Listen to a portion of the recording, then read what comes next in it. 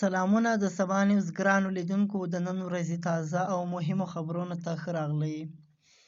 دا یو کتاب چې زما ګرانه کابله په دې نامه باندې د جمهوریت له پرځېدو وروسته د افغانو ښځو لیکل شوی کتاب چې لندن کې چاپ شوی دی.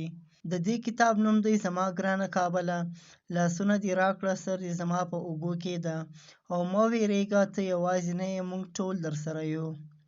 دا له کابل سره د مریم مستعار نوم د خواخوږۍ او ډاکټرنې خبرې دي چې له جمهوریت له پرځېدو وروسته یې ورته کوي.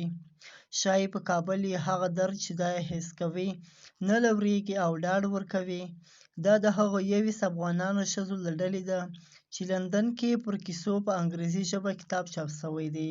د کتاب نوم هم د مریم له همدې پورتنۍ خبرې اخیستل شوی دی: مای ډیر کابل، زما ګرانه کابله. په کتاب کې د تیر جمهوري نظام له پرځېدو وروسته د 1 کال په موده کې د دغو 21 افغانو ښځو کیسې لیکل شوي دي. دا کتاب لندن کې د انټولډ نریټیوز بنسټ لخوا چاپ شوی دی. مریم 25 کلنه ده او له موره معلوله زېږېدلې ده. نوموړې د کابل پوهنتون حقوقو او سیاسي علومو پوهنځي کې زده کړې کړې دي او په ویلچیر کې ګرځي. د مریم په څېر دغه کتاب ټولو ښځینه لیکوالانو لوړې زده کړې کړې دي او کلونه یې په بېلابېلو برخو کې فعاله ونډه لرلې.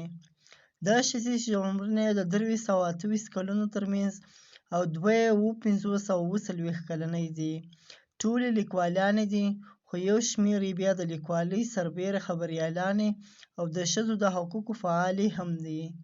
دغه کتاب چې د مای ډیر په نامه باندې لیکل شوی دی، دا په لندن کې افغان ښځو یا افغان لیکوالانو لیکلی دی. دا و د نن ورځې تازه او مهم خبرونه. سبا نیوز سبسکرایب کړئ او له نورو ملګرو سره یې هم شیر کړئ.